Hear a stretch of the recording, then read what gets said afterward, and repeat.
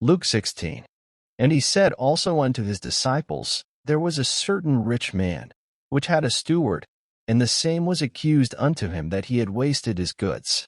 And he called him, and said unto him, How is it that I hear this of thee? Give an account of thy stewardship, for thou mayest be no longer steward. Then the steward said within himself, What shall I do? For my Lord taketh away from me the stewardship. I cannot dig, to beg I am ashamed. I am resolved what to do, that, when I am put out of the stewardship, they may receive me into their houses. So he called every one of his Lord's debtors unto him, and said unto the first, How much owest thou unto my Lord? And he said, 100 measures of oil. And he said unto him, Take thy bill, and sit down quickly, and write 50. Then said he to another, And how much owest thou? And he said, 100 measures of wheat. And he said unto him, Take thy bill, and write 80. And the Lord commended the unjust steward, because he had done wisely. For the children of this world are in their generation wiser than the children of light.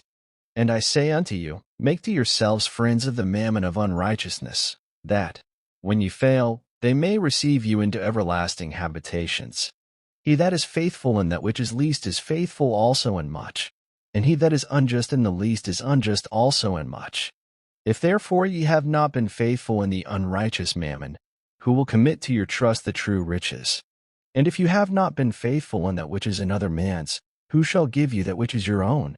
No servant can serve 2 masters, for either he will hate the one and love the other, or else he will hold to the one and despise the other. You cannot serve God and mammon.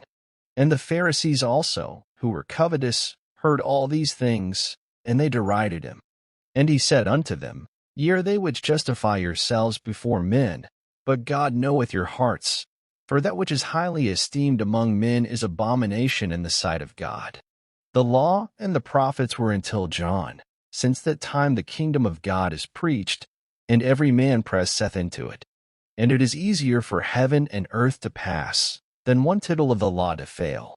Whosoever putteth away his wife, and marrieth another, committeth adultery, and whosoever marrieth her that is put away from her husband committeth adultery. There was a certain rich man, which was clothed in purple and fine linen, and fared sumptuously every day. And there was a certain beggar named Lazarus, which was laid at his gate, full of sores, and desiring to be fed with the crumbs which fell from the rich man's table. Moreover the dogs came and licked his sores. And it came to pass, that the beggar died, and was carried by the angels into Abraham's bosom. The rich man also died, and was buried. And in hell he lift up his eyes, being in torments, and seeth Abraham afar off, and Lazarus in his bosom. And he cried and said, Father Abraham, have mercy on me, and send Lazarus, that he may dip the tip of his finger in water, and cool my tongue, for I am tormented in this flame. But Abraham said, Son, remember that thou in thy lifetime receivedst thy good things, and likewise Lazarus evil things. But now he is comforted, and thou art tormented. And beside all this, between us and you there is a great gulf fixed, so that they which would pass from hence to you cannot, neither can they pass to us, that would come from thence. Then he said, I pray thee therefore, Father, that thou wouldest send him to my father's house.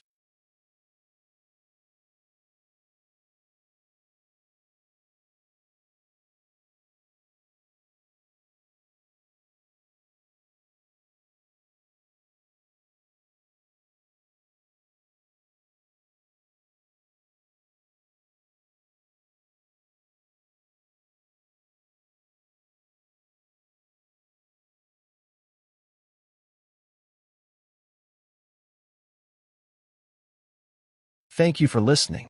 Up next, Luke 17.